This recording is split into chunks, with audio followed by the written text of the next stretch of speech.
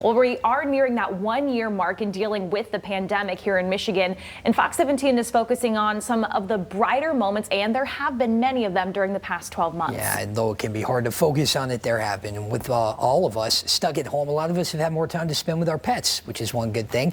And it also means pet adoptions went up pretty substantially. Our Michael Martin heard from the Bissell Pet Foundation today to hear how their work changed in 2020, Michael.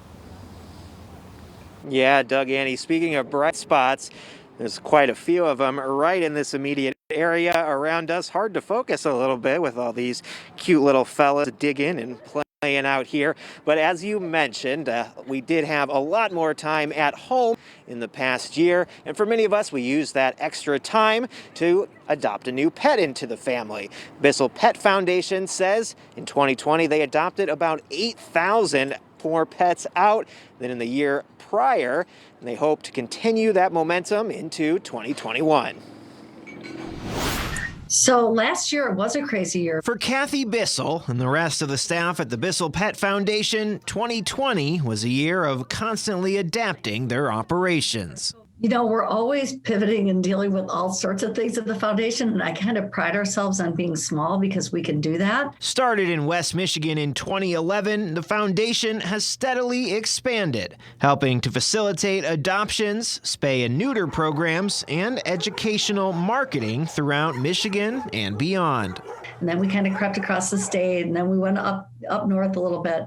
And then we cover the entire state now with our adoption events, but we also cover all across the country. In 2020, they saw the need for these types of services skyrocket, with more people having more time at home. We do know for our numbers, we've gone up, probably 8,000 adoptions since last year, but it's a little bit different because we invited more shelters. Inviting more shelters to become active participants in their network of over 5,000 partner organizations. So we continued our adoption events, but we did them a little bit differently. We extended them, and we did them by pre-approval applications.